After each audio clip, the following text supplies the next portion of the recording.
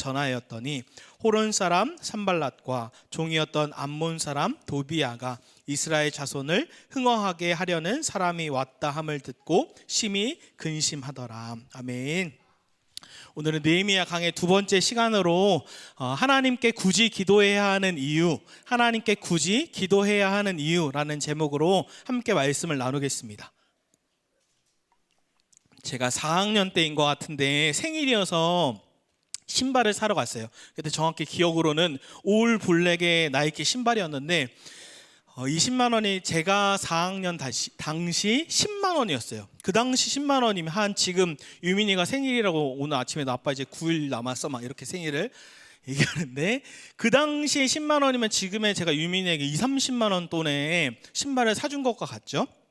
근데 이 검은색 신발을 보고 제가 부모님께 사달라고 하니까 아버지는 짠한 마음에 오케이 사주겠다라고 하셨고, 어머니는 이제 돈을 보기 때문에, 그리고 또 심지어 사이즈가 안 맞았어요. 작은 사이즈, 제게 딱 4학년 사이즈에 맞는 사이즈가 아니었고 큰 사이즈였습니다. 그래서 안 맞다, 비싼 것도 맞지만 일단 사이즈가 맞아야 사지 않니? 라고 하면서 말리셨어요. 근데도 아버지는 아니다, 사줘 해서 10만 원 돈의 신발을 사주시고, 제가 지금도 기억나는데 일단 샀어요. 그리고 나가다 어머니 아버지가 계속 싸우시는 거예요. 왜 비싼 거를 샀냐가 아니라 왜 딱 안 맞는 신발을 샀냐, 환불하자, 아버지는 이미 샀지 않냐, 계속 싸우시다가 제 앞에서 그 신발을, 아버지가 약간 욱하시는 성격이 있어서 그 도로에 던지신 거예요. 신발을. 제가 그거 보고 너무 왜 내 신발, 내 생일 선물인데 싸운다고 도로에 그 신발을 던지나. 그래서 막 차들이 밟고 실제로 지나가서 너무 충격적이었어요. 그러면서 싸움이 다 끝나니까 차들이 다 지나가고서 그 신발을 건져내서 결국엔 제가 신었습니다. 이 얘기를 왜 하냐면, 아버지께서는 어떤 마음이셨나, 아버지께서 제가 누누이 말씀했듯이 가난한 시절이 있었고 풍족하게 채워주고 싶은 거예요. 아들이 요구할 때, 아마도 아버지께서 어렸을 때 요구할 때 다 얻지 못했기 때문에 아들이 비싼 신발인데도 요구할 때 아빠는 긍휼의 마음으로 사주고 싶었던 거고, 어머니는 현실적으로 돈이 아까운 것도 사실이었지만 어머니 맞을 거예요. 근데 더 중요한 건 필요에 딱 맞는가. 제가 신어도 사이즈가 컸어요. 근데도 어머니는 딱 필요에 맞게 사야 한다, 사이즈가 안 맞다, 이 신발을 신으면 오히려 힘들 거다라고 필요에 의해서 이야기한 거죠. 뭘 얘기하냐면, 사실은 이 두 성품을 보면 다 하나님의 성품에 속합니다. 하나님은 우리를 향해 긍휼한 마음이 분명히 있으시죠. 불쌍히 여기 마음, 짠한 마음이 있으신 동시에 긍휼한 마음이 있을 뿐만 아니라 우리의 정확한 필요를 하나님이 채워주시기 원하는 두 가지의 성품을 다 가지고 계신 분이다라는 거예요. 하나님이. 저희가 이번 주에 부산 여행을 다녀왔습니다. 가족들끼리 행복하게 부산 여행을 다녀왔는데, 유민이 하민이가 아빠 이거 먹고 싶어요, 이거 먹고 싶어요 하면 저희는 어때요? 제가 이제 부모가 돼 보니까 그 마음이 다 있어요. 짠한 마음과 필요를 채워주고 싶은 마음, 다 사주고 싶은 마음이 있어서 사줬어요. 맛있는 거 사주세요 하면 사줘요. 근데 만약에 한번 생각을 해보세요. 유민이가 그렇지 않지만 아빠 저에게 술을 사주세요 라고 했다면 제가 술을 사줄까요? 술을 사주지 않죠. 왜냐하면 그것이 옳지 않기 때문에, 나이에도 많지 않고 신앙인으로서도 맞지 않기 때문에 잘 얘기하고, 뭘 사줄까요? 밥을 사줄 거예요. 저는 만약에 애들이 수영하기를 되게 행복해했는데 하루 종일 아침 점심 저녁으로 수영을 하면서 배고프다고 얘기도 안 하는 거예요. 그러면 구하지 않으면 저는 아이들에게 밥을 안 사줄까요? 구하지 않아도 제때에 맞게 밥을 사줄 거예요. 전 이게 하나님의 성품과 동일하다고 생각하는데 이런 거예요. 하나님께 우리가 떡을 구하면 어떻게 해요? 하나님이 떡을 정확히 주십니다.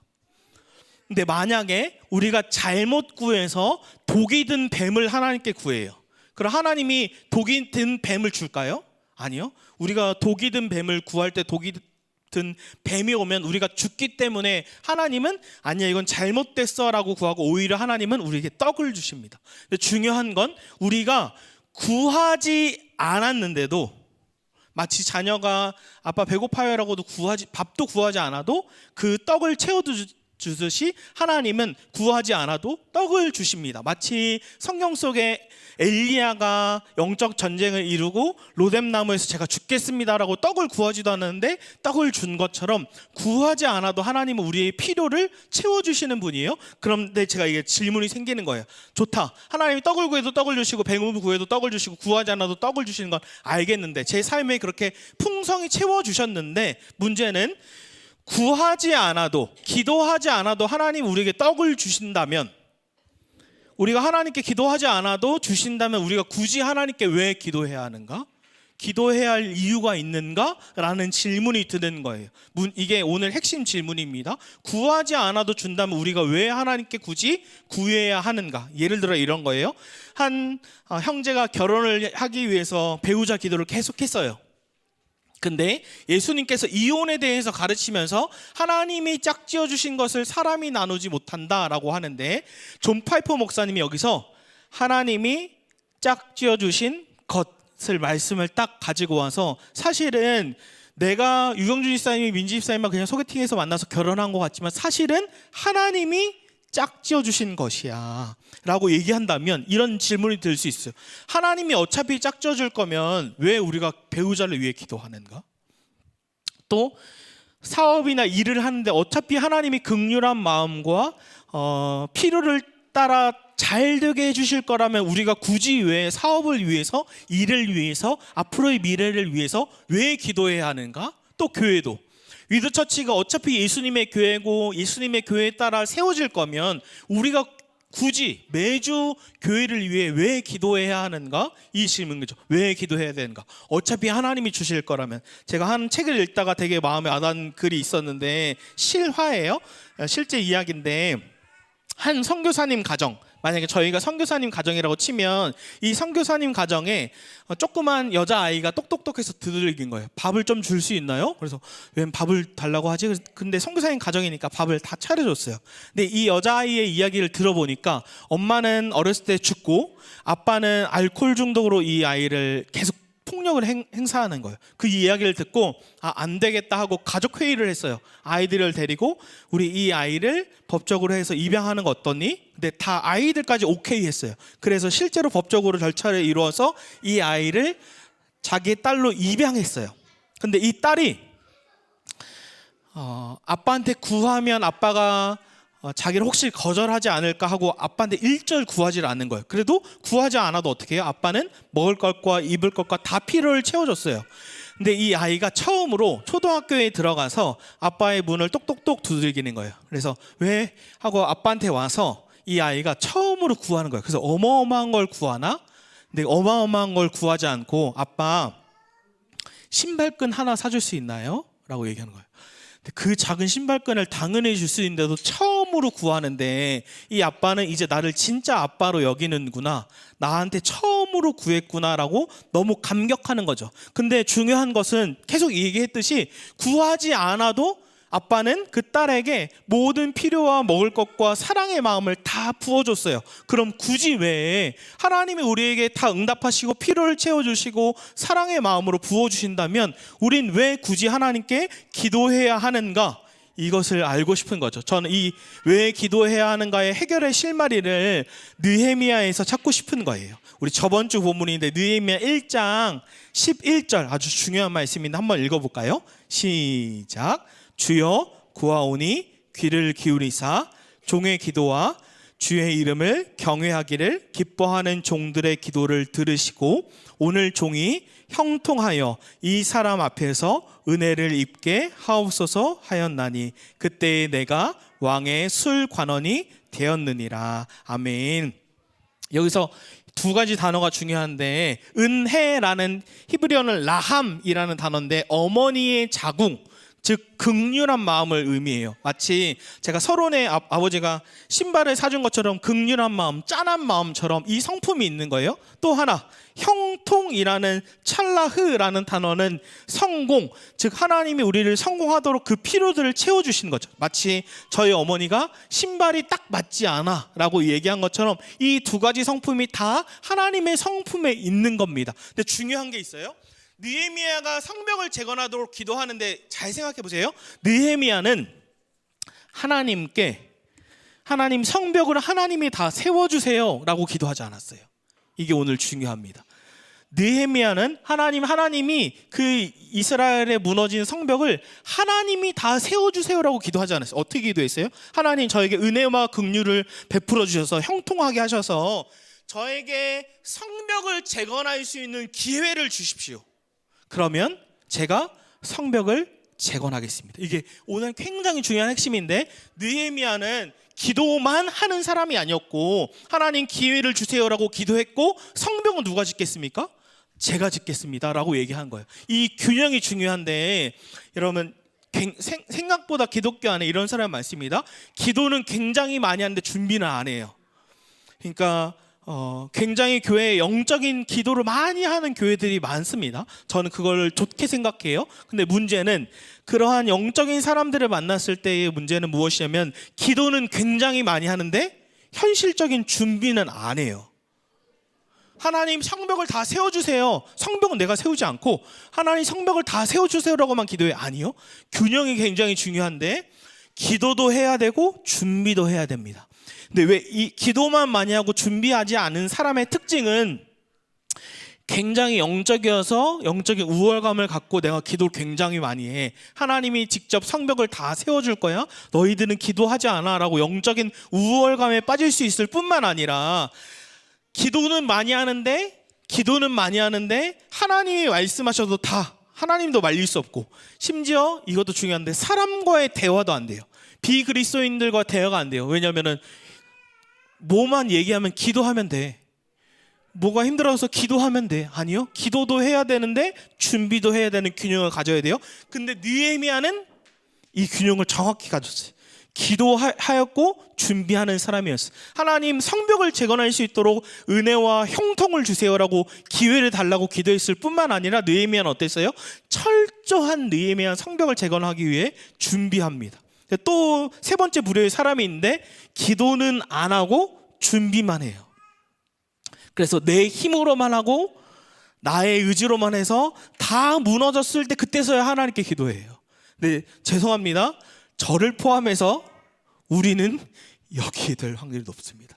그냥 객관적으로 우리가 볼 때 여기에 가는 것도 좋지 않지만 어디가 제일 좋아요? 느헤미야처럼 균형을 정확히 이루는, 하나님께 기회를 주세요라고 기도할 뿐만 아니라 철저하게 준비하는 두 가지의 균형이 우리에게도 필요합니다. 우리가 여기 사람을 욕할 게 아니라 우리도 여기 있을 것을 두려워하면서 느헤미야를 봐야 돼요. 얼마나 준비가 철저했고 얼마나 철저하게 기도했냐면, 어떤 준비들을 했는가. 느헤미야가 아닥사스다 왕 앞에 섰을 때 얼굴에 수심이 가득했어요. 그러니까 왕이 묻는 거예요. 얼굴이 수심이 가득하냐? 이게 그냥 간단하게 수심이 가득한 게 아니라, 여러분 느헤미야는 술 맡은 간호인데 단지 술을 따라주는 사람이 아니라, 술을 점검하는 사람이 아니라, 페르시아의 아닥사스다 왕은 수많은 사람들이 암살하려고 시도해요. 그러니까 유일하게 절대적으로 신뢰하는 사람이 술 맡은 간원이에요. 엄청난 직위를 가진 사람이에요. 근데 그가 얼굴에 수심이 가득하니까, 왜 수심이 가득하냐 라고 하니까 당황하죠. 근데 느헤미야가 준비된 멘트를 해요. 뭐라고 하냐면, 예를 들어 상상을 해보세요. 왕이시여, 사실은 제가 예루살렘의 성벽이 다 무너졌습니다. 그 성벽을 재건하고 싶습니다라고 얘기한다면 왕의 입장에서는 어떤 느낌일까요? 성벽을 재건한다는 건 군인들이 다 재건해서 그 나라를 재건하겠다는 반역과도 같은 거예요. 그러면 왕의 기분이 어때요? 나쁘고 넌 죽어라 할 수 있어요.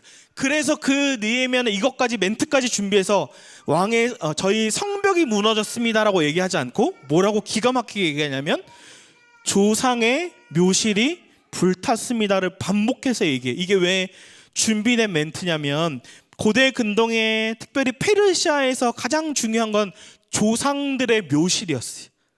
성벽이 무너졌습니다라고 하면 반역자로 볼 텐데, 느헤미야는 이걸 다 준비하고 있어서, 기도만 하고 있는 건 아니라 준비하고 있어서 저희 조상들의 묘실이 불탔습니다. 이걸 반복하거든요. 그 의미는 그 아닥사스다 왕에도 짠한 마음, 그래 조상의 묘실이 불탔다고 그럼 해야지라고 허락을 해주는 거예요. 제가 이걸 말씀을 묵상하면서 기억이 나는데, 제가 남설비전교회 때 처음 전도사 때 고등부에서 해외 선교를 간 게 한 10년 전, 그리고 거의 없었어요. 그때 제가 우리 왕 사모님이라고 하는 담임 사모님께 담임 사모님의 특징은 맛있는 걸 먹다고 기분이 좋아지지 않습니다. 저 같은 경우는 맛있는 걸 먹으면 기분이 좋아지는데, 담임 사모님은 어땠냐면 일이 굉장히 잘 될 때 좋아하셨어요. 사람이 많이 없거나 일이 뭔가 성취가 될 때. 그래서 제가 사모님을 잘 지켜보다가 사모님이 기분이 굉장히 좋으셨어요. 맛있는 걸 드시지 않고 성도가 많이 왔고 어떤 일들이 잘 돼서 기분이 좋으셨어요. 그래서 제가 쓱 가서 사모님, 저희도 고등부에서 중국 선교를 가고 싶습니다. 오케이, 가라.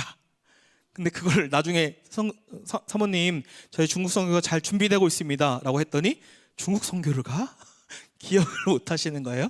뭐 얘기해요? 철저한 준비를 했다라는 걸 제가 얘기하는 거예요.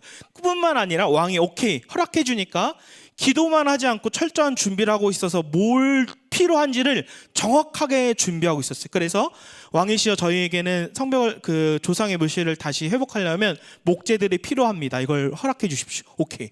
또 그 길을 가려면 반역하는 줄 알기 때문에 왕의 조서가 필요합니다. 그 길을 통과할 수 있도록 군사들을 보내주시고 그 길을 허락해 주십시오. 왕의 조서를 허락해 주십시오. 오케이. 그러니까 다 준비하고 있었던 거예요. 뿐만 아니라 실제로 예루살렘 성벽이 무너진 곳에 갔을 때 제가 느헤미야입니다 라고 정치질하면서 인사하고 다닌 게 아니라 조용히 가서 밤이 됐을 때 밤에 조용히 거기를 정탐합니다. 굉장히 철저한 사람이에요. 밤에 정탐하면서 그 성벽이 무너진 길을 다 보고 온 거예요. 무엇을 얘기하나요? 느헤미야는 기도만 한 사람이 아니라 철저하게 준비하는 사람이었다. 우리에게도 이게 필요하죠. 뿐만 아니라 느헤미야가 얼마나 기도하는 사람이었냐면 1장 1절에는 뭐라고 나오냐면 기슬월에라고 시작을 해요. 의도적으로. 그거는 11월에서 12월인 추운 겨울, 지금과 같이 추운 겨울입니다. 근데 오늘 본문에 시작하는 2장 1절에는 니산월에라고 시작하는데 이건 따뜻한 봄, 3, 4월을 이야기합니다. 뭘 의미하나요? 지금 얼마나 시간이 지났어요? 4개월. 느헤미야는 철저하게 준비만 한 사람이 아니라 4개월 동안 계속 기도한 거예요. 뭘 의미합니까?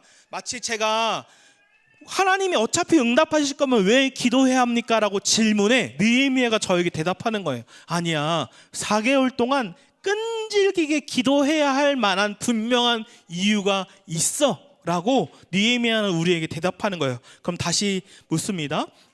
구하지 않아도 하나님이 어차피 주신다면 우리는 왜 하나님께 굳이 기도해야 하는가? 오늘 본문 핵심 구절인데요. 8절은 제가 읽고 여러분들이 18절을 읽어주십시오. 그래서 반복하는 핵심이 무엇인지 여러분들이 찾으십시오. 제가 8절을 읽습니다. 또 왕의 삼림 감독 아삽에게서 조서를 내리사 그가 성전에 속한 영문의 문과 성곽과 내가 들어갈 집을 위하여 들보로 쓸 제목을 내게 주게 하옵소서 하매 내 하나님의 선한 손이 나를 도우심으로 왕이 허락하고 시작. 또 그들에게 하나님의 선한 손이 나를 도우신 일과 왕이 내게 이른 말씀을 전하였더니 그들의 말이 일어나 건축하자 하고 모두 힘을 내어 이 선한 일을 하려 하매. 아멘. 여기서 뭐가 반복돼요? 하나님의 선한 손이 나를 도우심으로. 이게 인크루지예요. 8절에서 하고 18절에서 얘기함으로 수미상관법으로 반복하면서 강조하죠. 하나님의 선한 손이 나를 도우셨어, 이런 거예요. 느헤미야에게 큰 산이 나타나는데 첫 번째 큰 산이 아까 얘기한 아닥사스다 왕이에요. 이 왕은 느헤미야가 잘못하면 죽일 수 있는 왕입니다. 그러니까 큰 산이 나타나니까 두려운 거죠. 두 번째 구약의 또 인물을 보면 다윗에게도 큰 산이 나타나요. 누구였을까요? 첫 번째 죽을 수 있는 큰 산이 골리앗이었습니다. 골리앗이라는 큰 산을 만나게 돼요. 신약에도 보면 베드로에게도 큰 산이 있었는데 그건 풍랑이었습니다. 빠져서 죽을 수 있는 상황이에요. 그런데 여기서 중요한 건 느헤미야도 하나님의 크신 손을, 선한 손을 경험하게 되고 다윗도 하나님의 선한 손을 경험하게 되고 베드로도 물에 빠지지만 하나님의 선한 손을 경험하게 됩니다. 즉 여러분, 왜 우리는 굳이 기도해야 하는가? 왜 우리는 굳이 기도해야 하는가? 만약 생각해 보세요. 기도하지 않고 그냥 왕에게 통과됐어요. 여러분이 한번 생각해 보세요. 내 삶의 큰 산인데 기도하지 않아도 그냥 잘 됐어요. 그럼 우리는 어떻게 해요? 우연히 잘 됐네, 운이 좋았네 라고 하지만 이 사람들의 공통점은 하나님을 의지하고 하나님께 기도할 때 하나님의 선한 손을 경험하니까 진짜 하나님이 살아계시는구나, 다윗도 진짜 하나님이, 더 크신 하나님이 살아계시는구나, 베드로도 물에 빠졌을 때 예수 그리스도의 선한 손이 진짜로 주님이시구나를 알았던 것처럼 왜 우리는 굳이 기도해야 하는가? 그것은 기도로 하나님의 선한 손을 맨 마지막에 경험하기 위해서, 진짜 하나님의 선한 손을 경험하는 거예요. 우리 따라해 볼까요? 기도로 하나님의 선한 손을 경험하라. 기도로 하나님의 선한 손을 경험하라. 즉 느헤미야는 우리에게 대답하는 거예요. 철저하게 준비할 뿐만 아니라 4개월 동안 끈질기게 기도해야 하는 분명한 이유가 있는데 나는 하나님의 선한 손을 경험했어 라고 이야기하는 거예요. 한 개척교회에 어르신들만 있고 유일하게 한 꼬마아이가, 오늘 여자 꼬마아이가 많이 등장하는데, 여자 꼬마아이가 주일날 예배에 오는 거예요. 매주 오니까 사모님이 너무너무 이쁜 거예요. 그래서 사모님이 딱 결정하고 이 아이한테 간식을 매주 주자 하고 교회에 올 때마다 간식을 준 거예요. 근데 어느 날 이 아이가 이제 매주 주니까 사모님한테 가서 귓속말로 사모님 간식 주세요 라고 얘기를 안 하고 이렇게 얘기하는 거예요. 사모님 또 주실 거죠? 이렇게 얘기하는 거예요. 전 그 말이 너무너무 좋았는데, 왜냐하면 그 사모님과 그 여자아이만의 끈끈한 관계를 경험했기 때문에 이 아이는 신뢰하는 거죠. 사모님 저에게 또 주실 거죠? 라고 얘기하는 거예요. 저는 저에게 있어서 목회의 큰 산이 무엇일까? 아니, 제 삶의 큰 산이 무엇일까로 생각했을 때 목회구나라는 생각이 들었어요. 제가 MBTI N으로 비전을 막 생각하는 사람인데 교회를 개척하고 그런 것이 딱 끊겼어요. 미래를 더 생각할 필요 없이 미스처치를 생각하는데 내 삶의 큰 산은 목회구나. 그러면서 제가 얼마나 기도하겠습니까? 하나님 또 새로운 가정을 보내주십시오 라고 얼마나 기도하고, 기도할 뿐만 아니라 아내랑 참 걸으면서 많이 이야기하고 어떻게 철저하게 준비할 수 있을까 준비하고 기도하겠습니까? 근데 제가 이 설교를 준비하면서 하나님께 이렇게 기도했어요. 무릎 꿇고 방에서 밤에 이렇게 기도했어요. 하나님, 저희에게 또 새로운 가정을 보내주실 거죠? 왠지 아십니까? 저에게는, 여러분들은 그냥 온 것 같지만 한 가정 한 가정이 저희의 기도의 응답이고 하나님의 손을 저도 경험했기 때문이에요. 왜 이게 중요한가? 느헤미야가 이 큰 산 아닥사스다 왕이 끝나면 끝이 아니에요. 이게 굉장히 인생에 큰 교훈을 주는데, 아닥사스라는 왕을, 큰 산을 넘으면 끝이 아니라 또 큰 산이 도래하는데 산발락과 도비아예요. 이 느헤미야를 어떻게든 죽이려고 하고 공격하게 하고 무너지게 하려는 또 다른 산이 등장하고, 다윗에게도 골리앗이라는 큰 산이 지나면 끝 평탄할 줄 알았지만 또 다른 큰 산이 준비되어 있어요. 사울 왕, 다윗을 죽이려는 큰 산. 또 베드로에게도 풍랑을 건너고 예수님을 경험하면 끝날 줄 알았지만 예수님이 죽으시면서 베드로는 부인하고 완전히 힘든 상황을 얻게 돼요. 즉 무엇을 얘기하냐면, 우리에게도 큰 산을 지나가면 거기서 끝이고 평탄한 게 아니라 매일같이 우리의 삶에 큰 산이 다가오는 거죠. 여러분도 한번 생각해 보시겠어요? 저에게 큰 산이 목회라면 여러분에게 큰 산은 무엇인가요? 누군가에는 아버지가 큰 산일 수 있고, 어머니가 큰 산일 수 있고, 배우자가 큰 산일 수 있고, 자녀가 큰 산일 수 있고, 나의 일터가 큰 산일 수 있고, 나의 장래의 미래가 큰 산일 수 있고, 나의 정체성이 큰 산일 수 있고, 나의 가정과 돈이 큰 산일 수 있어요. 근데 중요한 건 이 큰 산에만 몰두하면 어떻게 될까요? 완전히 좌절합니다. 느헤미야와 다윗과 베드로가 큰 산에만 몰두했으면 완전히 풍덩 들어가서 좌절했을 거예요. 특징은 이들의 삶은 철저하게 준비했을 뿐만 아니라 기도함으로 하나님의 선한 손을 경험하니까, 여기서 중요한 건 하나님의 선한 손을 경험하게 될 때 믿음이 성장하고 또 다른 큰 산이 올 때도 어떻게 돼요? 또 기도로, 준비로 그 큰 산을 또 뛰어넘는 거예요. 이 믿음의 힘이 생기는 거예요. 이래서 중요한 거예요. 왜 기도해야 하는가? 기도를 통해 하나님의 선한 손을 경험하니까 큰 산이 올 때마다 좌절하는 것이 아니라 그것을 뛰어넘는 큰 믿음이 되는 것이죠. 이 참 중요한 구절들이 있는데 느헤미야 2장 10절에 산발락과 도비아가 느헤미야를 보면서 이렇게 얘기해요. 흥왕하게 하려는 사람이 왔다. 여기서 흥왕하다라는 히브리어 원어 뜻이 토부였어요. 토부. 하나님이 청지를 창조했을 때 좋았다라고 할 때도 토부인데 훌륭한 자, 아름다운 자. 한번 생각해 보게요. 산발락과 도비아가 느헤미야를 보면서 생각하는 거예요. 저기 흥왕케 하는 사람이 온다. 저기 아름다운 자가 온다. 저기 훌륭한 자가 온다. 그건 뭘 뜻하냐면 느헤미야를 통해 메시아를 본 것 같아요. 산발락과 도비아 중에 하나는 이스라엘 사람이었거든요. 즉 느헤미야는 우리에게 뭘 보여주냐면 메시아를 보여주는 거예요. 느헤미야는 계속 우리에게 메시아를 보여줍니다. 뿐만 아니라 왕이 네가 뭘 하기 원하느냐라고 했을 때 느헤미야는 준비된 걸 와라라락 다 얘기하지 않았어요. 그때 어떻게 하냐면 하나님께 잠시 묵도하고라고 얘기해요. 잠시 기도하고. 근데 이 묵도라는 뜻도 히브리어 원어는 중재자, 중보자 를 의미합니다. 그건 무엇을 의미하냐면 진정한 중보자이신 그리스도를 우리에게 계속 보여주는 거예요. 느헤미야는 우리에게 진짜 메시아가 있어. 진짜 흥왕케 하는 자는 그리스도야. 우리를 위해 진짜 중보하는 자는 그리스도야. 즉 무엇이냐면 장사나 안에 그리스도가 있기 때문에 저는 확신해요. 하나님의 선한 손이 반드시 저와 함께합니다. 성도님들 마음속에 그리스도가 함께 하시기 때문에 하나님의 선한 손이 반드시 함께해요. 근데 기도하지 않으면 우연히 됐네 라고 하지만 하나님께 철저히 준비하고 기도할 때에 예수 그리스도가 내 안에 계시기 때문에 하나님의 선한 손이 나를 도우심으로 하나님이 진짜 이 큰 산에서 나를 뛰어넘게 하셨구나, 형통케 하셨구나, 긍휼을 베푸셨구나, 하나님의 큰 손을 경험하게 되는 거죠. 저는 마지막 근데 우리가 깨닫지 못하는 이유는 딱 하나예요. 우리의 눈이 세상으로 인해서 날마다 가려우기 때문에 예수 그리스도와 하나님의 선하신 손이 나와 함께 하는 것을 모르는 거죠. 날마다 눈이 가려워진 거죠. 그렇지 않고 기도를 통해서 하나님의 선한 손을 경험하는 거예요. 우리 한 번 더 따라해 볼까요? 기도로 하나님의 선한 손을 경험하라. 기도로 하나님의 선한 손을 경험하라. 앤디 스탠리 목사님이 아들과 함께 저희가 휴가 간 것처럼 일주일 동안 해변가로 휴가를 가셨어요. 휴가를 가서 쭉 걷는데 아들이 마지막 날 아빠 제가 상어 이빨을 좀 찾아봐도 돼요? 이렇게 얘기하는 거예요.